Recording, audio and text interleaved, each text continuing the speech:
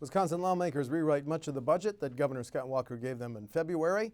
And as for the governor, he's on the presidential campaign trail pretty much full time. And the Milwaukee Bucks hit a three-point shot in the Capitol that may get them a $500 million new arena in downtown Milwaukee.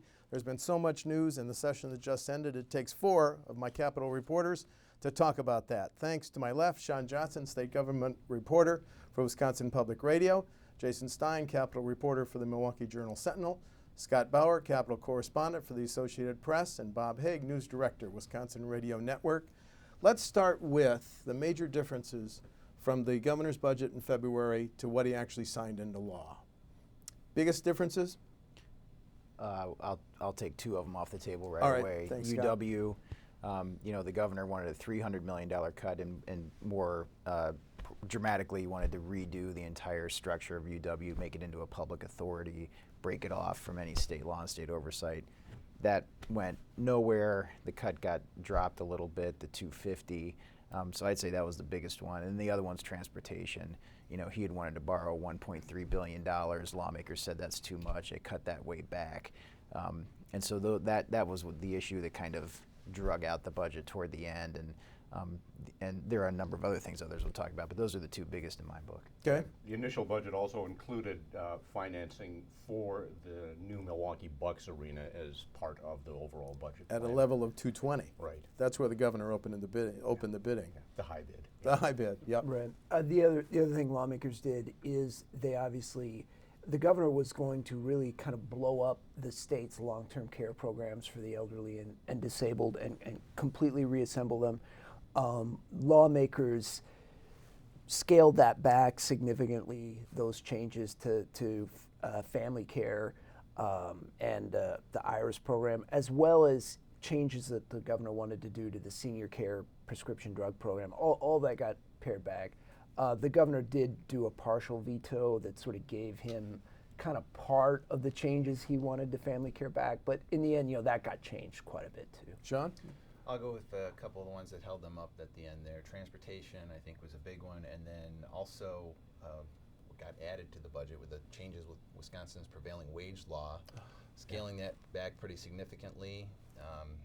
That's a big policy change that wasn't there, that the governor didn't really want to comment on too much in the early going, that legislative leaders were kind of, I remember at one point Senator Fitzgerald just sort of chuckled when you asked him about it earlier in the budget process, like it wasn't going to happen, and it did.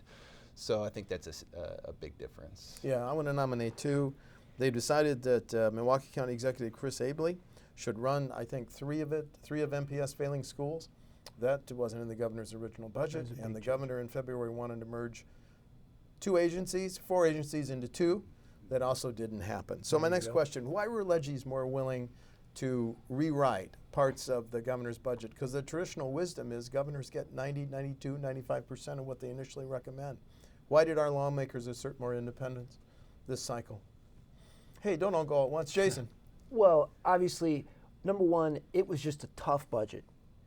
I think there was the one statement by an freshman assemblyman, who maybe wasn't aware of the way that you should describe things when you're talking on the floor, but he referred to the governor's bill as a crap budget, but we're making it better. Those are his words, not mine. And obviously Democrats had a field day with that. So it was a tough budget, right? I mean, a lot of bad things were happening in the budget, like the UW cuts. And then number two, when you're running for president, as the governor really has been going back to late last year, even though officially only for the last few weeks, it's difficult to exert the same control over the process. Any PSs on that? I think leadership, legislative leadership, Republican leadership the word they used was uncomfortable, not comfortable with the level of transportation bonding that the governor put forward. I mean, it was almost, to me, they seemed a little miffed that he was going to propose or had proposed that level of bonding. Right, and they're looking out for themselves also. I mean, they during the Bucks debate, a number of them referenced their surveys back in the district that came back 70% against what the governor was proposing on the Bucks arena. And I think they were feeling the heat on a lot of those issues, looking ahead to next fall and saying, well, the governor's back, whether he's president. I mean, he'll be back as governor if he's not elected president, but we have to win election next fall. And so we've got to produce something that we can run on, you know. Yeah. Let's talk about transportation. It absolutely astonished me this session. You had dozens of Republican legislators. You had many Democratic legislators signaling, you know, we're willing to consider either an upper in the gas tax or the vehicle registration fee. Gas tax hasn't been raised since 2006. The $75 we all pay for our cars, 2008. When you have a majority of legis line up for one of those, willing to consider it, make a tough decision, why did the governor win on this, on that issue? Why was he able to say, this is a line in the sand, and by gosh, I'm going to hold it? Help me get inside that. Well, because I think that was one of the things that he did. He drew a line on the sand and just said, I'm going to, he basically said, I'm going to veto that. And legislators, they weren't going to get a veto override on that, and probably would not have been super excited to try it anyway. And so I think at the end of the day, he won because he had the biggest stick. Well, to me, it's interesting. I think had it come to the veto, that would have played great on the campaign trail, the presidential campaign trail.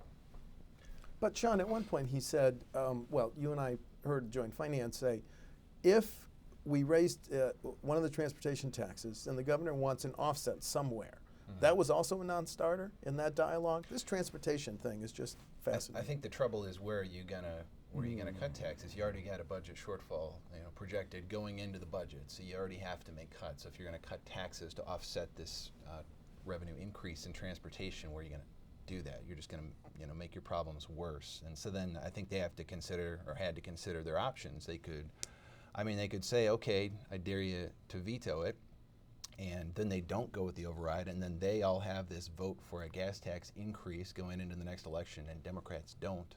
Yeah. Or they team up with Democrats and override Governor Walker in the middle of a presidential campaign. I don't care how much tension there is between the legislature and the governor's office over this budget. I don't think they want to put him through that level of embarrassment on the national stage. I'm going to stay on this for just a little bit more. Democratic Senator Kathleen Vinehout at the State Democratic Convention told me that Fitzgerald had approached their caucus and said, if we raise one of these transportation taxes, would the Democrats be there to override? Do you think it ever got that far?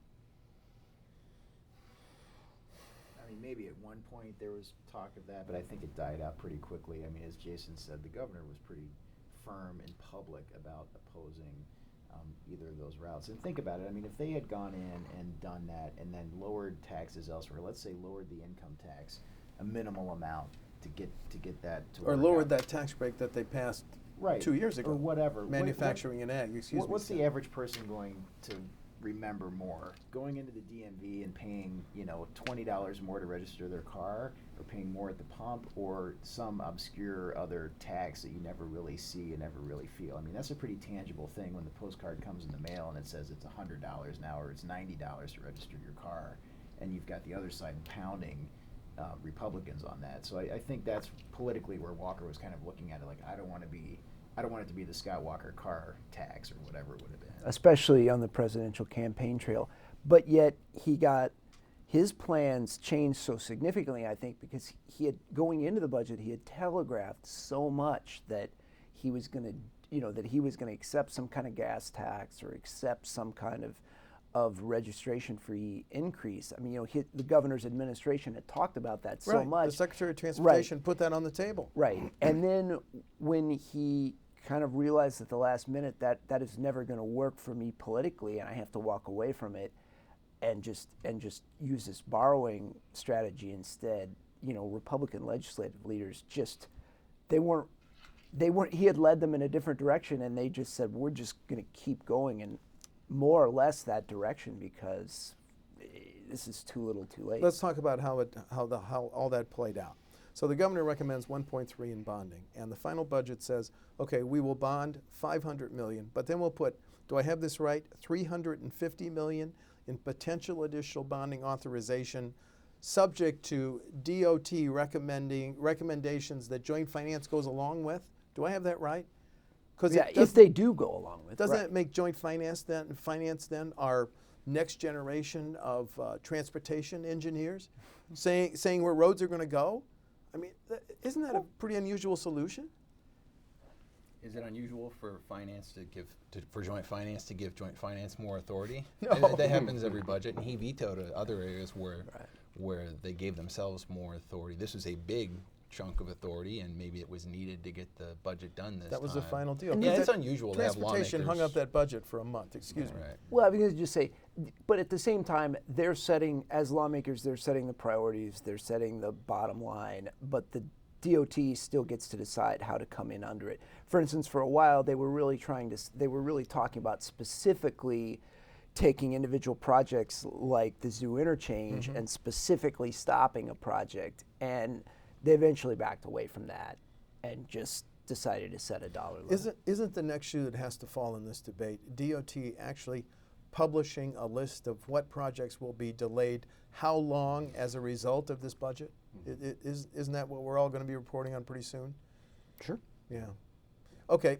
Who had the better session, Voss or Fitzgerald? And the reason I ask is, the Senate led on right to work, prevailing wage, voted first on the budget, and voted first on the 20-week ban on abortion. So who had the better session?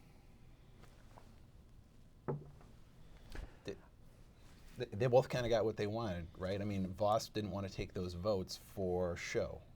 He was okay with taking those votes, if they actually passed something, but he didn't want to go out on a limb and take those votes if the Senate was just going to sit there. So he waited. The Senate passed all that stuff, and then they passed it. So I think conventional wisdom, it seems like, among Republicans is that it was a good session for Fitzgerald in that he led on all these conservative causes. But remember the press conference, Voss said, we're going to go first on number one, the budget, and number two on prevailing wage.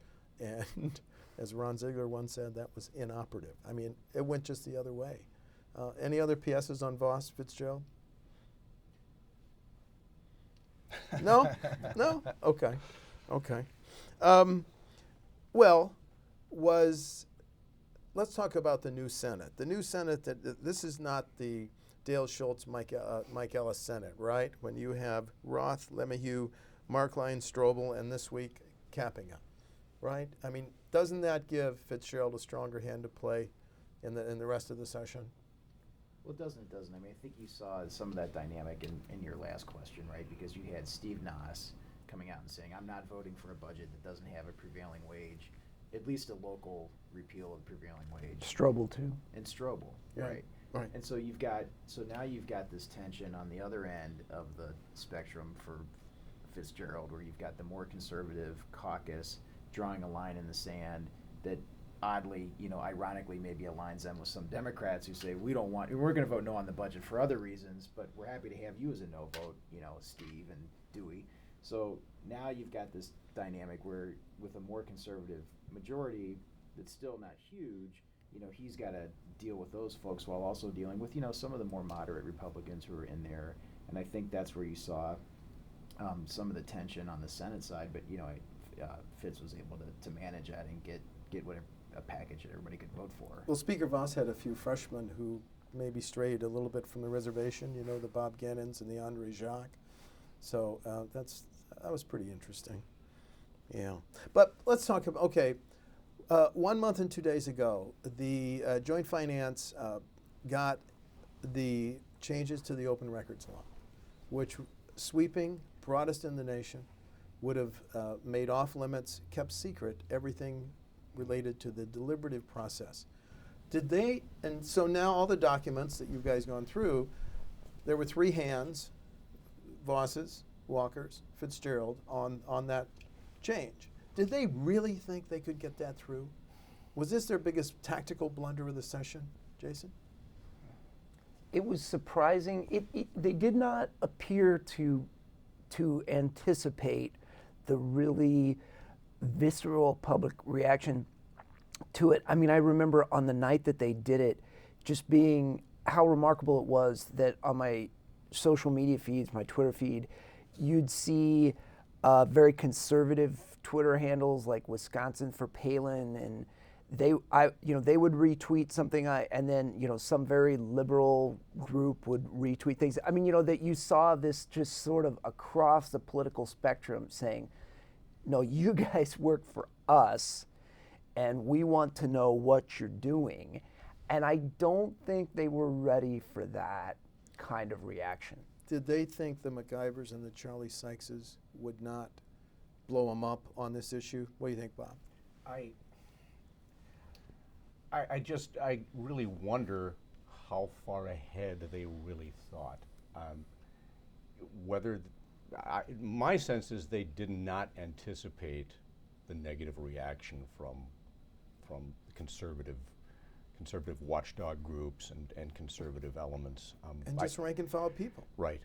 Some of I mean, those there's emails. no evidence in the emails between Walker and the leadership of any, like, hey guys, let's be careful here, we better get ready, like get the talking points ready, or this is going to be a big deal. It's all just kind of like, here it is, this is what we were talking about, They certainly didn't put down in any kind of email any kind of caution or concern about what was about to happen. And one thing that really shows that too, I think, is that then they passed this on a Friday going into a holiday weekend, and then the next day or even on a Thursday and then the next day was a Friday going into a holiday weekend, and you had members of that committee, like maybe Friday at 9 or 10 a.m.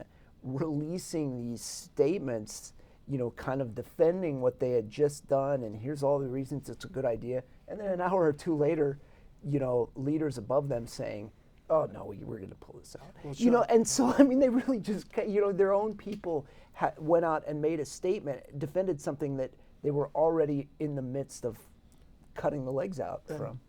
The governor, John, in a morning appearance, said he would work to change this provision. And then chicka, hours later came the statement. Did it come on July 3rd or July 4th? This will be yanked out entirely. Why did they try to front load such a major controversial change? Let me just maybe change the topic slightly, because one of the things I found fascinating was how quickly the Republican Attorney General came out and said, this is bad and needs to be taken out. And I can't remember the exact timeline, but I think it was before they had all come out and said, we're pulling it. And if it wasn't, yes, certainly he did. right. Yes, So certainly. when you saw him come out and say that, that to me was very telling, because you don't often see a Republican, in another office coming out and being so strong on something. Well, And I haven't seen any emails to the AG, hey, what do you think of this? Right. Ahead of time. when I interviewed the Attorney General, I asked him whether he was consulted in advance of this. Okay. He said no. And he had planned, and it was common knowledge, this open government forum that just happened last week, and he opened that by saying, let's talk about the elephant in the room, this attempt here. Are they done with this issue? Have they learned the lesson? No? Scott? No, because they say they're going ahead with a study committee that will meet probably next year and come up with some recommendations for the legislature. And I think everyone who follows this issue is worried about opening it up, right? Because they saw what happened here just a couple weeks ago, and a lot can happen, certainly whether it's a study committee or just a bill or whatever. Now that it's kind of out there that maybe that's their goal, I think open record advocates are worried that they kind of chip away at that along the path toward getting maybe ultimately what they wanted all along. So they are not done with this issue. Also, Schimmel, I thought it was very interesting. We're talking about body cameras now in police officers. We have no law in Wisconsin that on this issue. So they could legislate on this issue, but boy, that's a thorny, because you have body cameras showing not only conduct of police officers, but the response of those they stop, domestic abuse victims. I mean, that's just a very sensitive issue. There's one other aspect to the whole open records issue, and that is the amount of coverage that all got and the time that took tended to kind of, I think, take attention away from the overall budget and the things in the budget and a lot of the other items in that final motion. Yeah, I think you're right. And there are things out there that are gonna make major changes. I mean, when you all but take the money away from CUB, Citizens Utility Board, things like that. What price did the governor pay for being on the road so much during the budget session? Did he pay a big price? He said, I'm always available by phone. I check in 2 or 3 times a day. But what did he pay a palpable price?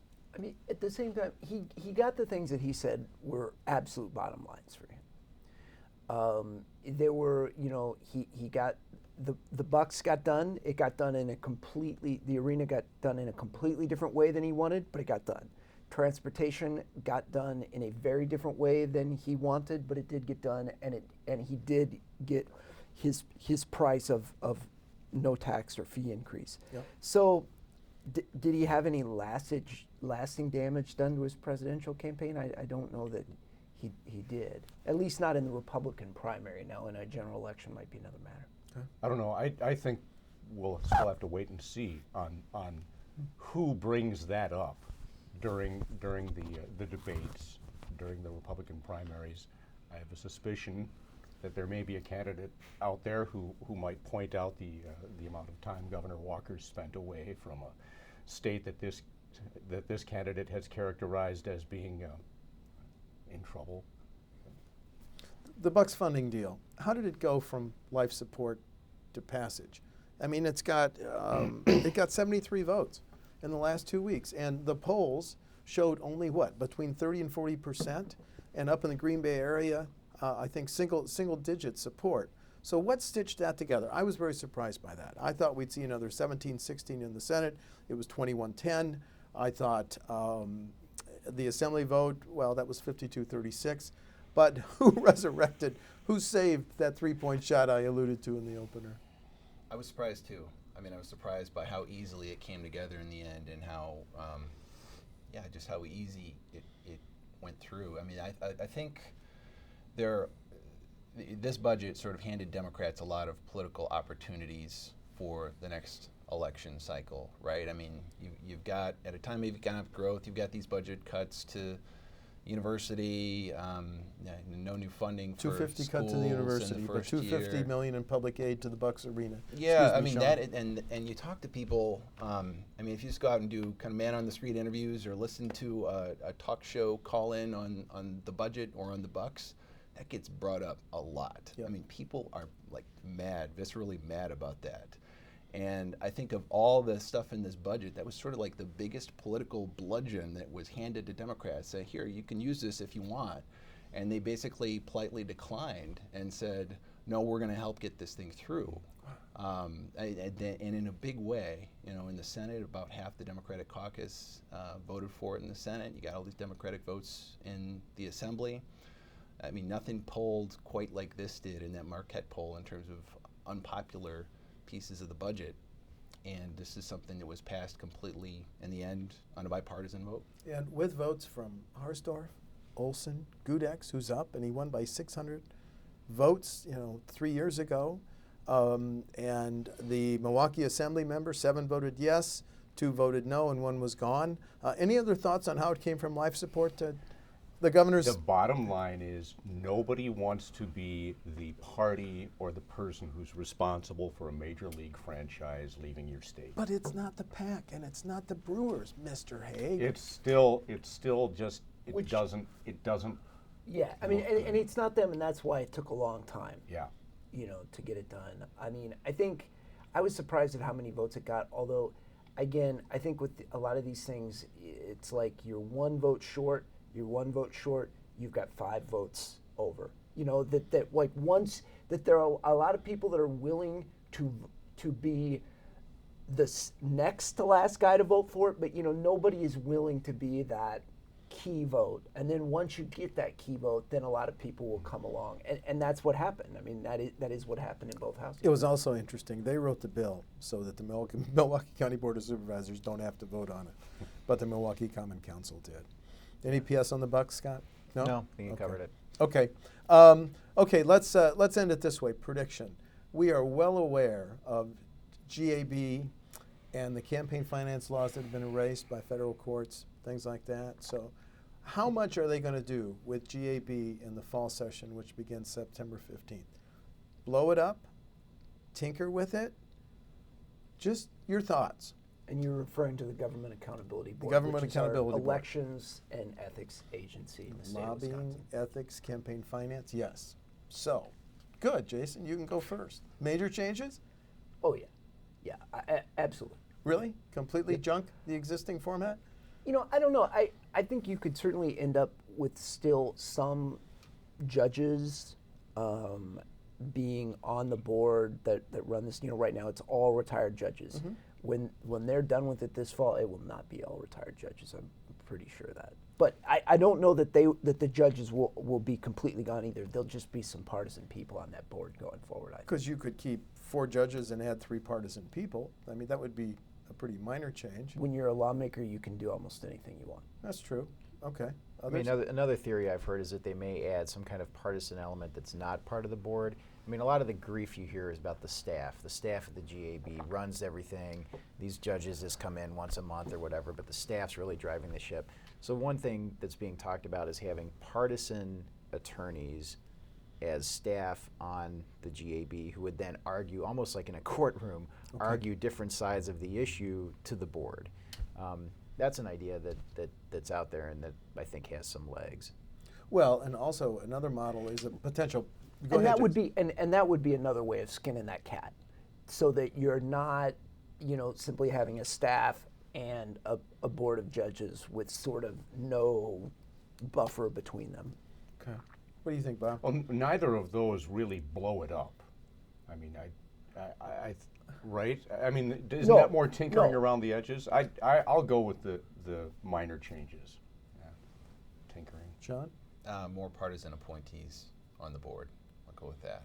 Do you look for, this is related to the Government Accountability Board, do you look for legislators in the fall session to begin to act on some of the campaign finance laws that were blown away, or are they going to focus just on GAB? You're saying the campaign finance laws that were changed by in lawsuits, yes. recent lawsuits? Yes, by both the federal and state judges. Do you look for them to get to campaign finance? Yeah, I think they'll rewrite state laws to more reflect the impact of a lot of these court cases that have struck down elements of the laws. Yeah, I do. And well, does Kevin Kennedy keep his job as director of GAB, or what the next life, the next version of GAB? Scott? This is the head. This is the executive director of the agency. Well, everyone knows he's near retirement. The emails that were made public last week, I think it was, where he was emailing with Lois Lerner. In 2013, he referenced, well, I would really like to retire soon. Things are unraveling here. Things are in chaos. This is paraphrasing, right? So that was in 2013. But I think he also has a strong desire to see through the presidential election, because I think he thinks that turning it over at that point would be chaotic, would be difficult. And he's been there for 30 plus years, involved in the various iterations. So I think Kevin Kennedy is going to retire sooner rather than later. The question is he forced out somehow, or is he allowed to kind of retire on his own timeline? Is it possible, knowing the power games in the Capitol, that do you see leaders saying, okay, Kevin, if you retired, thanks for your service, don't let the door hit you on the way out, but we will then keep the GAB with some minor, with only minor changes. Is that a possible scenario? Again, I think there will be very significant changes. And to me, what Scott is talking about would be a very significant change. I don't think that they will completely blow up the agency and go back to some state elections board like we had in the past, where it was just nothing but partisan. Now, to me, that's what a significant change looks like. Well, and that's a problem when you start using adjectives like that. They mean different things to different people. Sure. But yeah, this is the election board model. It said in 2006, Congressman Tom Barrett, you can use your congressional fund to run for governor. But it told Congressman Mark Green in 2006, I'm sorry, told Barrett in 2002. Right. Told Green in 2006, you cannot. So you had these contradictory, and it depended on. I remember somebody named Steve Walters who broke a story in the Milwaukee Journal Sentinel. That at was that time. so much fun to break that story. Reversing a really precedent. Exercised people, because it was it was partisan Democratic folks on the elections board that were basically openly talking in emails about how they were going to really throw a monkey wrench in the GOP nominee's campaign, and they did it, and it worked, and he lost the election. Shawn? And that's partly why we have the GAB now. Yes. They It's a were huge willing reason to why. come to the table. Republicans were willing to come to the table after that Yeah. because they felt like they got screwed. And the basically. caucus scandal. That and the caucus scandal. Those two Shawn, things, do you yeah. think Kevin Kennedy is around for the 2016 election cycle? I don't know. 2016, that's a couple of years, maybe. I'll give you a maybe. There's a strong answer for you, right? Okay. Okay. Any other things you look to pop up in the fall session? I can't believe that Kevin has gone this long without resigning as it is. I mean, that, just given all the struggles, like all the difficulties that agency has been through with managing the recall elections and everything else. So I can't say. But If I were in his place, I'd all those troubles, like there's just no way that I would have went through But you that saw whole the thing. statement he issued after the governor called for blowing it up. He said this is a nationally praised agency. He's very proud of all that they've had to do. They've had photo ID to vote, redistricting. Then you had the recalls, 9 in 2011, and then you had Gov and Cleefish in 2012. It's just fascinating. Okay, last question. Any other issues you look to surface in the fall session? Is this Weedick bill that would take ledgies off the board a live thing? Scott, you're nodding your head. Well, not on that one, Okay. but on Andre Jacques has these 3 Planned Parenthood Yep. boarded fetal part bills. I think that something is going to come out of those. And the other thing related to GAB is the John Doe bill. Thank you. And whether there's going to be any Yes. changes with Yeah. that. Yeah. So Yeah. Okay. Anything else coming up? Looking for that? I don't know that bill on the state economic Taking agency- ledgies off the board? They just the took the Assemb- governor off the board. Yeah, Assembly Speaker Robin Voss told me that he was very skeptical of that bill. Okay. So that made me wonder, okay. And it was in the budget and they took it out. So I don't know that one's got legs. I'm not sure. Okay. The beat, the news goes on. Thanks to Shawn Johnson, Jason Stein, Scott Bauer, Bob Haig. Thanks for Capitol Roundtable. thank you. Thank you. Thank you.